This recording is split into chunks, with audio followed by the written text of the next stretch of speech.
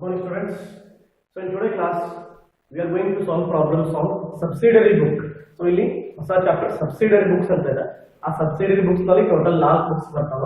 ಒಂದು purchase book, ಇನ್ನೊಂದು sales book, ಆಮೇಲೆ purchase return book, sales return book. Okay, so ಇನ್ನು ಪರ್ಚೇಸ್ ಬುಕ್ ಯಾವಾಗ ಪ್ರಿಪೇರ್ ಮಾಡ್ತೇವಲ್ಲ, ನಾವು ಏನು ವಸ್ತುಗಳನ್ನ ಖರೀದಿ ಮಾಡ್ತೀವಲ್ಲ ಅವೆಲ್ಲ ನಾವು ಎಂಟ್ರಿ ಎಲ್ಲಿ ಮಾಡ್ತೀವಿ, ಪರ್ಚೇಸ್ ಬುಕ್ ನಾಗ ಮಾಡ್ತೀವಿ. ಸೊ ಏನು ಪರ್ಚೇಸ್ ಬುಕ್ ಪ್ರಿಪೇರ್ ಮಾಡ್ತೀವಿ. ಆಮೇಲೆ ಸೇಲ್ಸ್ ಬುಕ್ ಯಾವಾಗ ಪ್ರಿಪೇರ್ ಮಾಡ್ತೀವ, ನಮ್ ಕಡೆ ವಸ್ತುಗಳನ್ನ ಯಾವಾಗ ಮಾರಾಟ ಮಾಡ್ತೀವಲ್ಲ ಅವಾಗ ನಾವು ಅದನ್ನ ಎಂಟ್ರಿ ಮಾಡ್ತೀವಿ, ಸೇಲ್ಸ್ ಬುಕ್ ನಾಗ ಎಂಟ್ರಿ ಮಾಡ್ತೀವಿ. ಹೌದಾ? ಅಂದ್ರೆ ಪರ್ಚೇಸ್ ಮಾಡಿದ್ರೆ ಸಪ್ರೇಟ್, ಸೇಲ್ ಮಾಡಿದ್ರೆ ಸಪ್ರೇಟ್. ಇನ್ನು ಪರ್ಚೇಸ್ ಸೇಲ್ ಸಪ್ರೇಟ್ ಆಯ್ತು. ಈ ವಸ್ತುಗಳನ್ನ ನಾವು ಖರೀದಿ ಮಾಡಿದ್ವಿ, ವಸ್ತುಗಳನ್ನು ಖರೀದಿ ಮಾಡಿದಾಗ ಫಾರ್ ಎಕ್ಸಾಂಪಲ್ ಯಾವ್ದಾದ್ರು ಒಂದು ವಸ್ತು ಅಥವಾ ಡಿಫೆಕ್ಟ್, ಡ್ಯಾಮೇಜ್, ಸ್ಪಾಯ್ಲೇಜ್, ಲೀಕೇಜ್ ಈ ತರ ಎಲ್ಲ ಆಯ್ತಂದ್ರ ಅವಾಗ ನಾವ್ ಏನ್ ಮಾಡ್ತೀವಿ, ಅದಕ್ಕೆ ನಾವು ಸಪ್ರೇಟ್ ಬುಕ್ ಪ್ರಿಪೇರ್ ಮಾಡ್ತೀವಿ. ಪರ್ಚೇಸ್ ಮಾಡಿದ ನಾವು ರಿಟರ್ನ್ ಕಳ್ಸೋದು, ಬ್ರೇಕೇಜ್, ಡ್ಯಾಮೇಜ್, ಸ್ಪಾಯ್ಲೇಜ್ ಎಲ್ಲ. ಸೊ ಅದ್ರ ಸಲುವಾಗಿ ನಾವು ಪರ್ಚೇಸ್ ರಿಟರ್ನ್ ಬುಕ್ ಅಂತ ಪ್ರಿಪೇರ್ ಮಾಡ್ತೀವಿ. ಸೊ ಅವೆಲ್ಲ ಟ್ರಾನ್ಸಾಕ್ಷನ್ ನಾವು ಎದ್ರೊಳಗೆ ಎಂಟ್ರಿ ಮಾಡ್ತೀವಿ, ಪರ್ಚೇಸ್ ರಿಟರ್ನ್. ಸೇಮ್ ಅದೇ ತರ ಗೂಡ್ಸ್ ಅನ್ನು ಸೇಲ್ ಮಾಡಿದೀವಿ, ಸೇಲ್ ಮಾಡಿವಿ, ಅವ್ರು ನಮಗೆ ರಿಟರ್ನ್ ಮಾಡ್ತಾರೆ, ಡ್ಯಾಮೇಜ್, ಬ್ರೇಕೇಜ್, ಸ್ಪಾಯ್ಲೇಜ್ ಎಲ್ಲ ಅವ್ರು ನಮಗೆ ರಿಟರ್ನ್ ಮಾಡಿ, ಅಂದ್ರೆ ಸೇಲ್ಸ್ ರಿಟರ್ನ್. ನಾವು ಸೇಲ್ ಮಾಡಿರ್ತೀವಿ, ಅವ್ರು ನಮ್ಗೆ ರಿಟರ್ನ್ ಕಳಿಸ್ತಾರೆ, ಸೊ ಸೇಲ್ಸ್ ರಿಟರ್ನ್. ಸೊ ಇದಕ್ಕೆ ನಾವು ಸಪರೇಟ್ ಅಕೌಂಟ್ ಯಾವ್ದು ಮಾಡ್ತೀವಿ, ಸೇಲ್ಸ್ ರಿಟರ್ನ್ ಬುಕ್. ಸೊ ಇದಕ್ಕೆ 4 ನಮ್ಮಲ್ಲಿ ಬುಕ್ಸ್ ಗಳಿದಾವೆ. ಸೊ ಅದರಲ್ಲಿ ನಾವು ಇವಾಗ ಸಾಲ್ವ್ ಮಾಡ್ತಾ ಇರೋದು only purchase book, sales book ಇವ್ ಎರಡರ ಮೇಲೆ.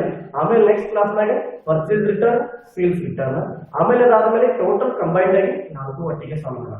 ಎಕ್ಸಾಮ್ ನಲ್ಲಿ 4 ಕೇಳ್ತಾರೆ, 12 ಮಾರ್ಕ್ಸ್ ಇರುತ್ತೆ. ಯಾವುದು purchase book, purchase return, sales book, sales return, ಅಥವಾ ಯಾವ್ದಾದ್ರು 2 ಕೇಳ್ಬೋದು. ಯಾವ್ದಪ್ಪ, ಪರ್ಚೇಸ್ ಸೇಲ್ಸ್ ಕೇಳ್ಬೋದು, ಪರ್ಚೇಸ್ ರಿಟರ್ನ್ ಕೇಳ್ಬೋದು, ಸೇಲ್ಸ್ ರಿಟರ್ನ್ ಕೇಳ್ಬೋದು. ಯಾವ್ದು ಕೊಡ್ಲಿ, ಬಟ್ ನಾವು 4 ಪ್ರಿಪರೇಷನ್ ಅಲ್ಲಿ ಇರ್ಬೇಕು. ಸೊ ಮೊದಲನೇದಾಗಿ ನೋಡೋಣ. ಸೊ ಟ್ರಾನ್ಸಾಕ್ಷನ್ ಅದ ನಿಮ್ಮ ಹತ್ರ.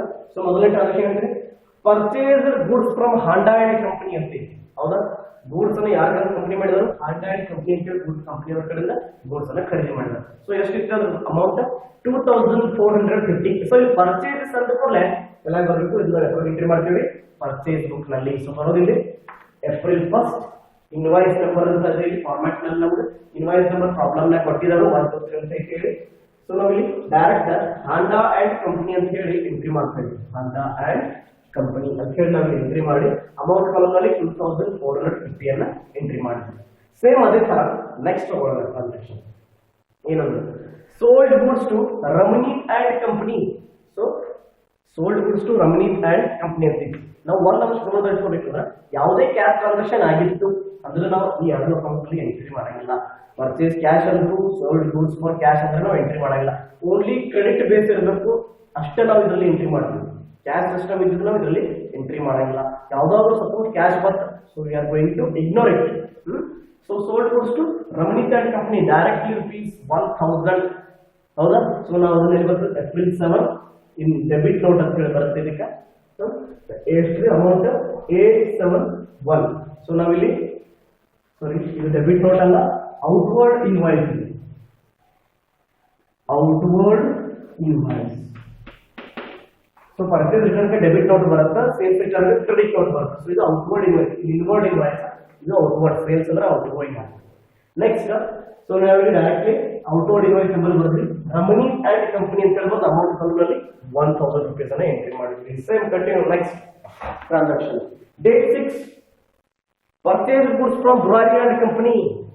ಬುರಾರಿ ಅಂಡ್ ಕಂಪನಿ ಅಂತ. So purchase means come to purchase book.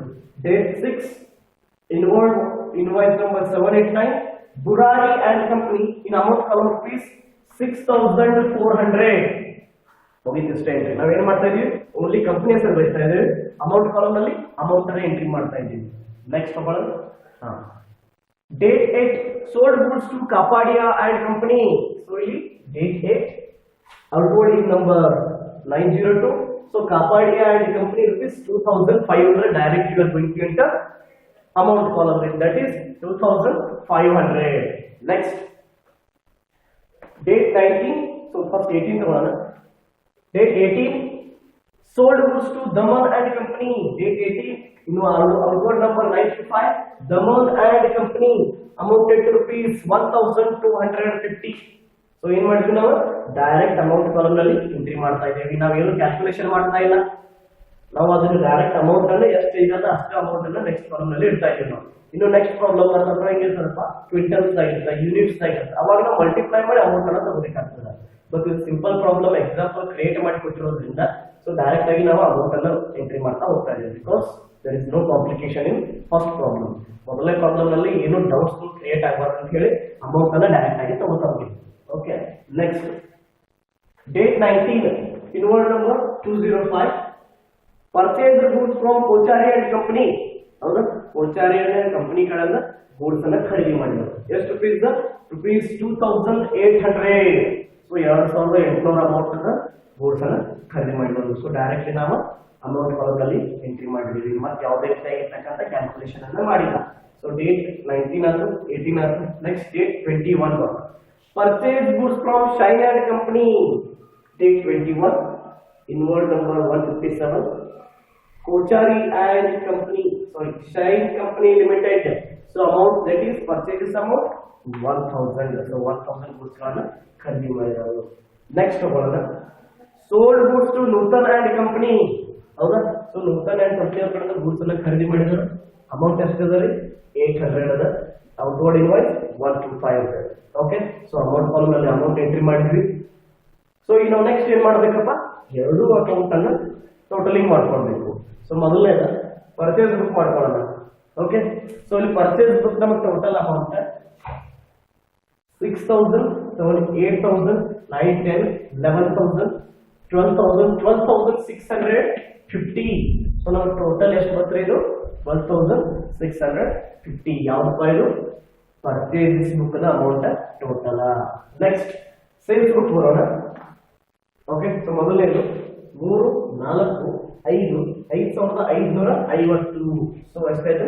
5550 rupees. That is the total of sales book. So ಈ ರೀತಿ ನಾವು ಸಬ್ಸಿಡರಿ ಬುಕ್ ಅನ್ನು ಪ್ರಿಪೇರ್ ಮಾಡಿದೀವಿ. ನಮ್ಮ ಫಾರ್ಮ್ಯಾಟ್ ಆಗಿತ್ತು simple, very simple format. Date inward particulars LF amount, date outward particulars LF amount. ಈ column ಈ format ಮತ್ತು ಈ ಫಾರ್ಮ್ಯಾಟ್ ಇರ್ತಕ್ಕಂಥ ಡಿಫರೆನ್ಸ್ ಇನ್ವರ್ಡ್ ಬರ್ತದೆ. ಯಾಕಂದ್ರೆ ನಾವು ಪರ್ಚೇಸ್ ಮಾಡ್ತೀವಿ, ಗೂಡ್ಸ್ ನಮ್ಗೆ ಬರ್ತಾವ ಇನ್ವರ್ಡ್, ಇಲ್ಲಿ ಔಟ್ವರ್ಡ್ ಬರ್ತದೆ. ಯಾಕಪ್ಪ, ನಾವು ಗೂಡ್ಸ್ ಗಳನ್ನ ಮಾರಾಟ ಮಾಡ್ತಾ ನಾವು ಔಟ್ವರ್ಡ್ ಅಂತ ಹೇಳಿ ಕರಿತೀವಿ. So dear students, this will be a very simple problem on the subsidiary books, that is purchase book and sales book. In the next class we are going to solve one more problem on purchase book and sales book. After that we are going to solve purchase return, sales return. So you will ನಾಲ್ಕು subsidiary books ಇದಾವೆ. Okay, so very important in accountancy. So in the next class we are going to solve these again two problems on same purchase book and sales return. Okay, so thank you.